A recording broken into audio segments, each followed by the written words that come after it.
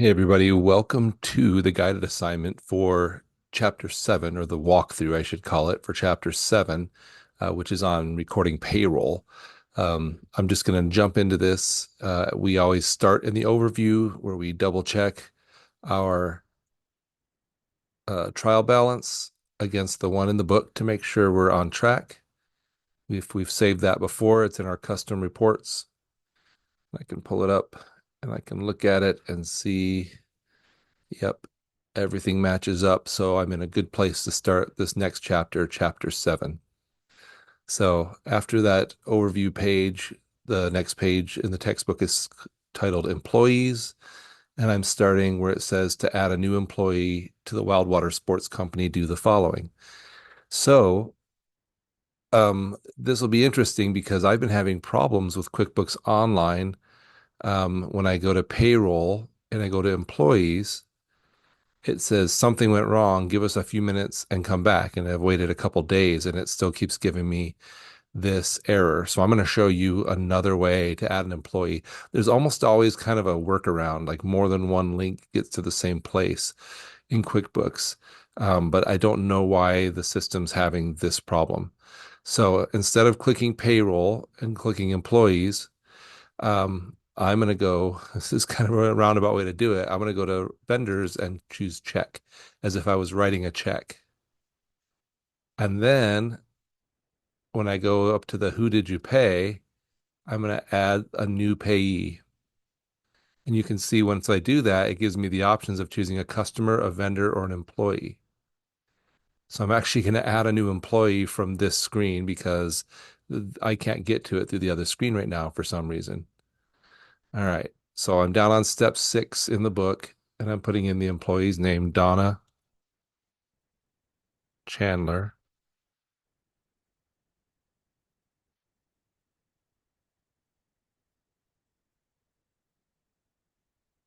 And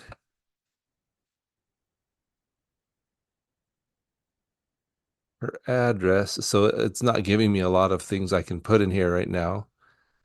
Uh, in fact, I think that's all I can put of this because all it gives me is her name and address in the book. And I'm not getting that those options right now. So I'm going to hit save.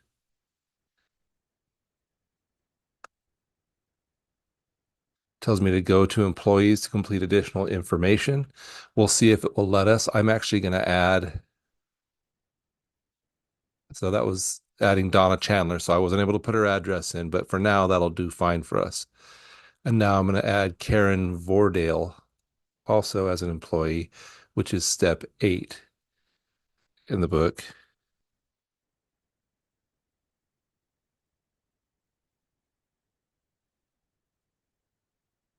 And I'm going to hit save. And then I'm going to add one more new. Step 9, I'm going to add Ryder Zakovich. So I'll choose employee, Ryder.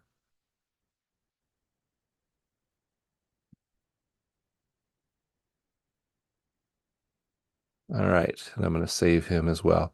Hopefully, you don't have this problem and you can just go right in and do what the instructions tell you. But for some reason, it's giving me a hard time. So I'm actually going to close out of this now and cancel the transaction. Yes. So I'm going to see if adding those employees will now do anything or if it's still going to be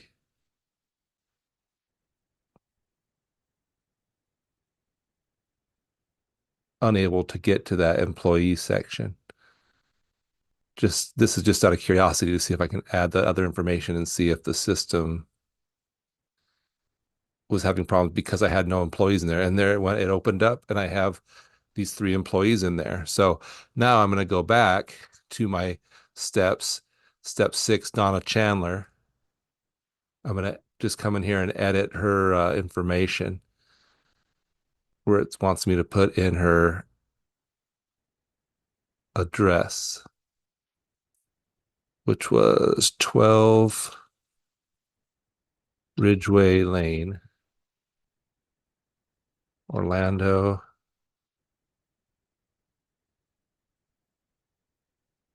Whoops.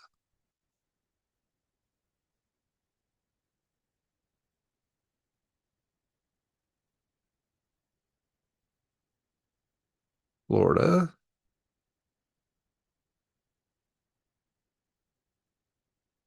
And then 32807. And I think that's all the information we have for our employees in here. I'm gonna make sure that our name to print on checks is correct. If I can, you can see that this interface even looks a little bit different. And maybe the reason it's having problems is because they've updated the interface and it's not fully there yet. So this no longer gives me a name to put on checks. Instead, it gives me a preferred name and a display name, which is probably similar to the name to put on a check. Looks like we don't have to put a social or anything, so I'm going to hit save.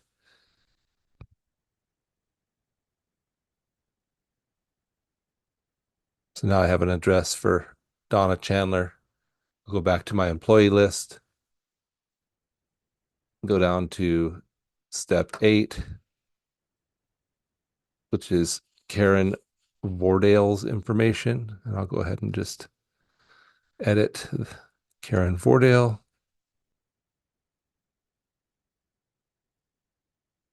Her address is 1554 Rose Avenue, number 4. It's also Orlando, Florida, and 32804. I'll hit save.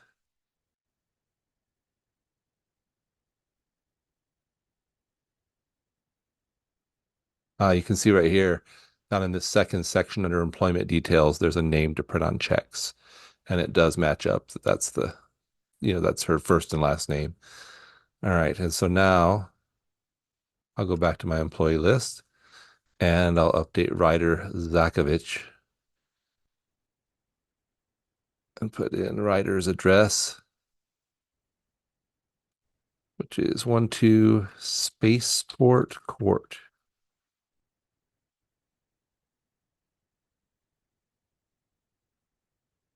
Orlando, Florida.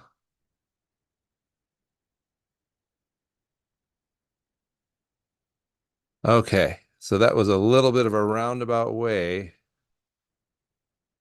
to get our 3 employees entered in the system. So now we show them in our employee list, like it shows on step 10. We're in good, I guess we're in a good place. It just took us a little bit of roundabout work. Maybe it'll work perfect for you. So I'm going to go to the next page. This tells us about payroll accounts. And again, if we were using payroll online, which is a fee-based service that QuickBooks offers, um, the setup would be a little bit different where it would do all the work for us. I'm going to show you the manual way to do this that a lot of companies do if they're very small, like just have a couple of employees. Um, so now I'm going to the next page in the book where it says pay employees. And they show you this figure of Wild Water Sports Company's pay. Looks like Donna is salaried, and then Karen and Ryder are hourly employees making $18 an hour. So I'm going down to the section that says to record the payment of employees in the Wild Water Sports Company, do the following. And I'm going to go to the new icon and I'm going to write a check. So again, this is how we would do this manually. We're going to choose Donna Chandler. Where is Donna? There she is. Donna Chandler as our payee. We're going to do a date of 1/15/2027. We're going to make sure our check number is 1008. And we're going to select payroll expenses from our drop-down list in the category here. There's payroll expenses. So that was step 5. Step 6, we're going to do 2,500.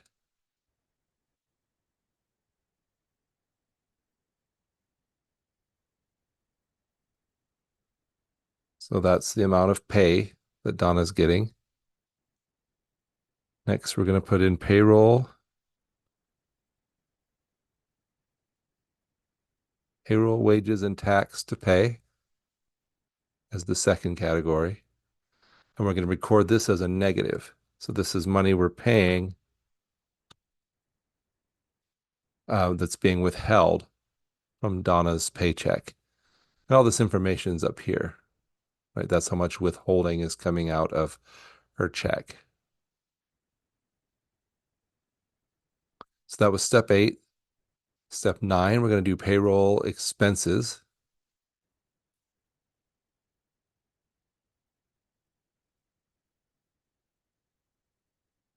And we're going to do $191.25.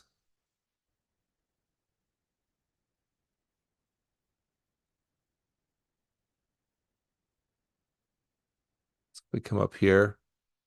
That is our payroll tax expense. Okay.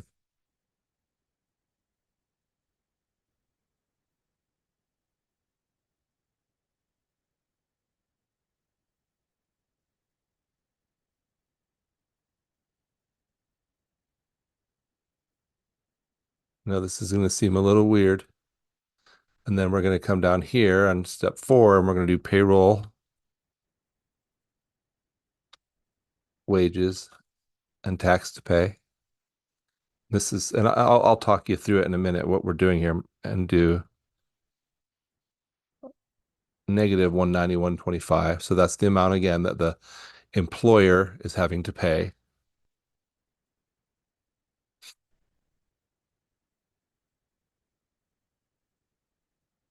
Okay. So I want to just sort of walk you through what's happening here.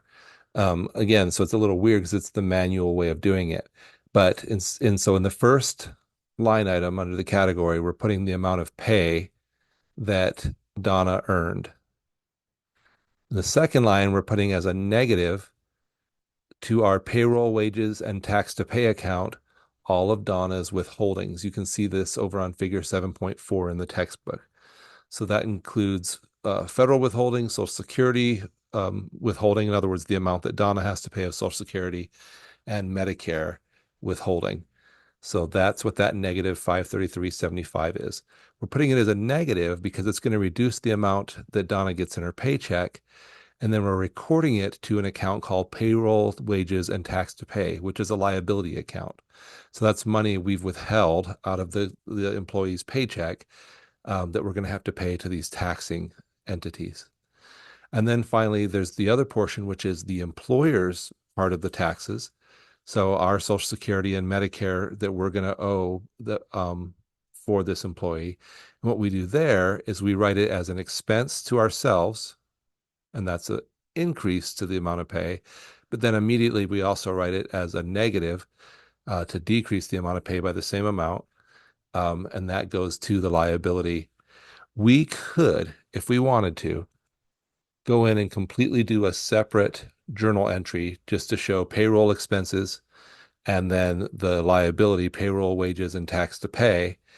But doing it this way records it all in one transaction where we can see the total amount that the person earned minus any withholdings plus any expenses we have to pay minus those because we're paying them. And in the end, we're left with a check that pays them the amount that we owe the the employee, which is the amount they earned less the amount of withholdings. So that's how we're setting up to do this when we do it manually. Are there other ways? Yes. Can you pay for QuickBooks payroll? Absolutely yes. Okay. So that is the paycheck for Donna Chandler.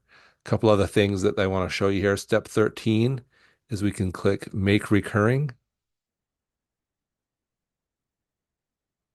which means um, it'll save this check just like this. So the next time we go to do it, we don't have to type all that in. It's just because she's salaried, she's going to get paid the same. And then our options are we can schedule it, which means it's just going to automatically enter this check every so often. That'd be one way to do it. Or we could do a reminder where it says, hey, it's time to pay this check, or unscheduled, which means we just select it when we want it. And we're going to put unscheduled because that's what step 14 tells us to do. Then we'll click Save Template.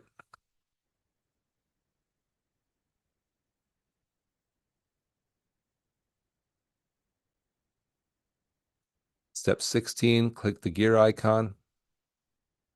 Step 17, uh, click on recurring transactions here in the lists column.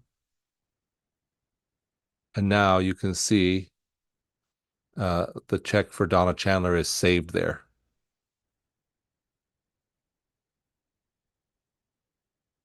We're going to go to the action column and we're going to click Use.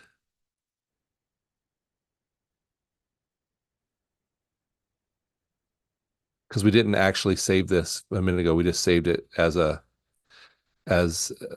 recurring payment. We check, make sure everything's right. It is. And now we're going to hit Save and New. So now each time we're going to pay Donna, we don't have to go through all of that because, well, it's all right there saved as a transaction. All right, so now we're on check 1009. We're going to do Karen and Ryder, okay? So it gives us one step, step 20, to do all of those. So they're testing us a little bit here. So I'm going to look at Karen's pay. Karen, I'm looking at figure 7.4 again. Karen worked 80 hours during this pay period. So her gross pay is 1440. So we're going to do salaries and wages.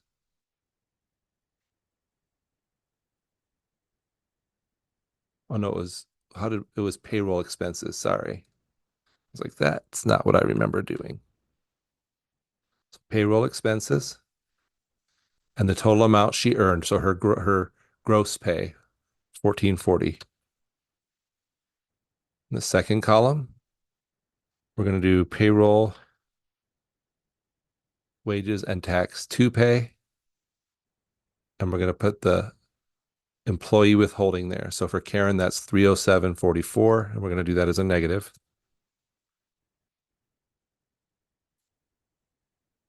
And then we're going to do payroll expenses.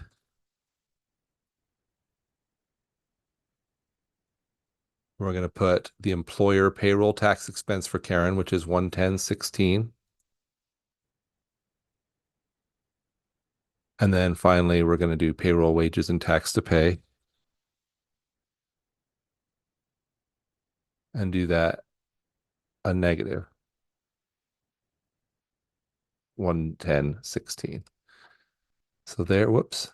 So there is Karen's pay. Pretty sure we're supposed to be 115 for this as well. So we're gonna hit, and that's it. I think it doesn't say that we have to do, just double checking if it wants us to save it as a recurring thing. Okay, it says be sure to make each of these, this is step 20. Be sure to make each of these unscheduled recurring events. So I am going to go make recurring. And I'm going to say unscheduled. I'll save the template. It's asking for a template name. I'm going to call this one Karen.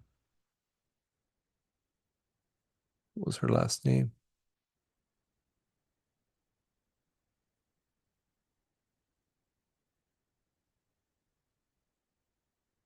I guess I'll just call it Karen for now. I don't want to go back another page in the book.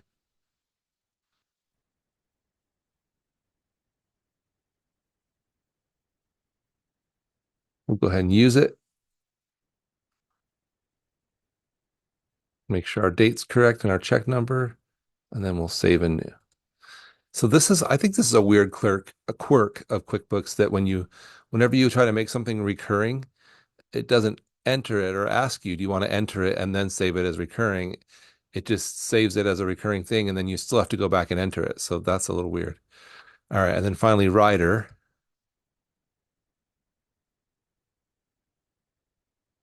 Same thing. We're going to do first category, payroll expenses, put his gross pay. Second one, payroll wages and tax to pay, and put his withholding, 230.58 as a negative. Then we're going to do payroll expenses, and we're going to put our employer payroll tax expense, which is 82.62 for rider. And then finally the payroll wages, and do that same amount as a negative. So it's like we're adding that expense of the payroll expenses to his paycheck and immediately withholding it, because we don't ever actually pay it to him. We just are going to pay it straight to the government. We're going to make it recurring. That time it assumed we're using his name. We're going to call it unscheduled. Hit save template.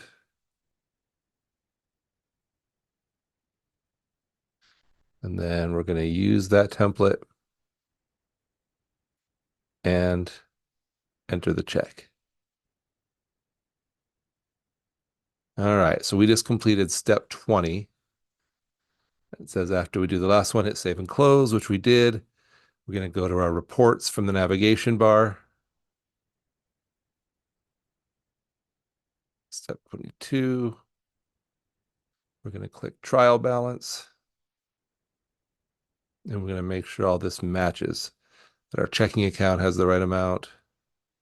Accounts receivable, inventory, payments to deposit. We have an account payable,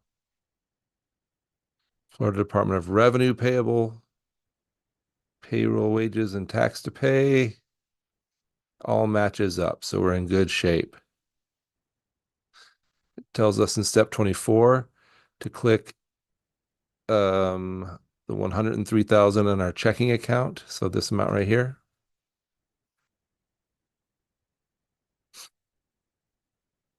Again, it's just showing us the transaction report, all the money that's come in and out of our checking account during the period of the report.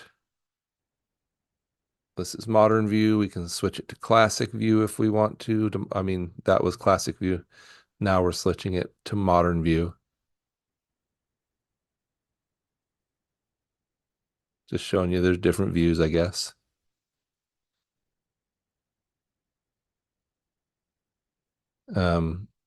If we want, we can look at Ryder's name here. This is step 26. It will just bring up the check we wrote to him.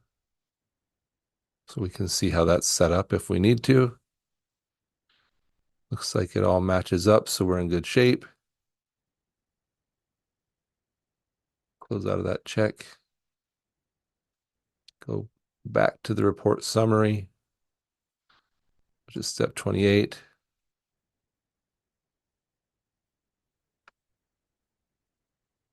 And then it wants us to record their pay period, their paychecks, I guess, at the end of the month, by using the templates we just set up. So we're going to click, this is step 29, click the gear icon, go to recurring transactions.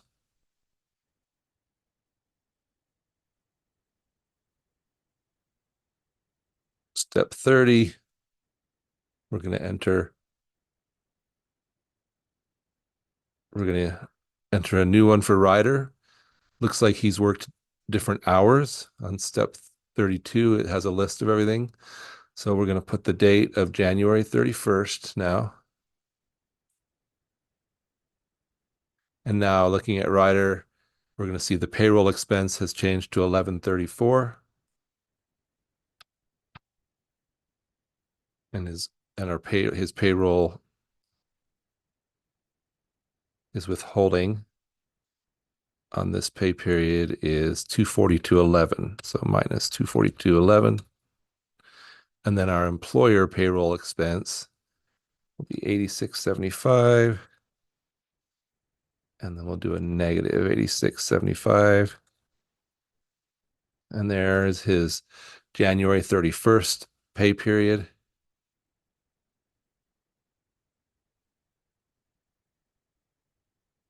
And now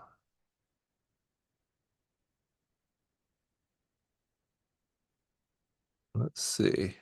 That was steps 33, 34, 35, 36. Then we're going to hit save and close.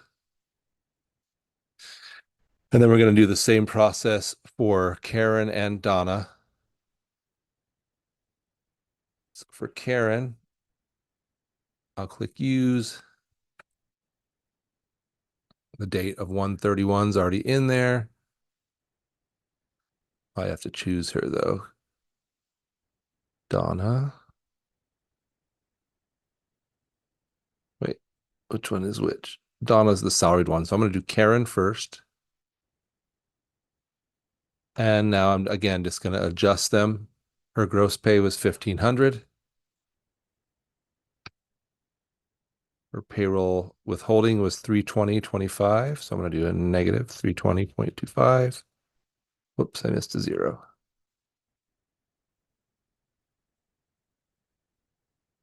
And then our employee payroll tax was 114.75. You can see it's quite a bit easier once we've set it up. And then we'll do a negative 114. And there's her January 31st paycheck. And then finally we'll do Donna's when this saves. There we go. When it was weird, it went back to that.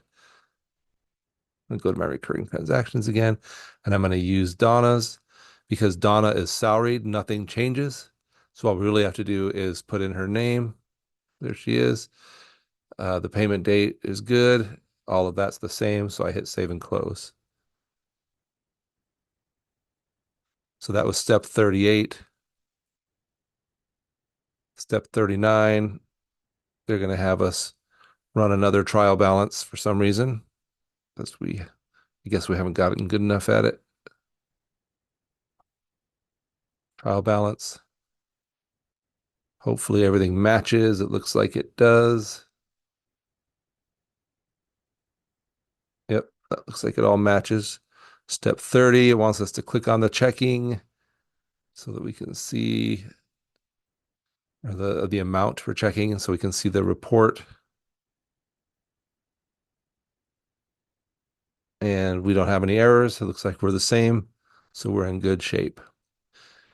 All right, so hopefully this is valuable to you. I think some of you might actually be running small companies and want to do your payroll by hand just because it's, it doesn't make sense to pay for QuickBooks payroll when it's just one or two of you.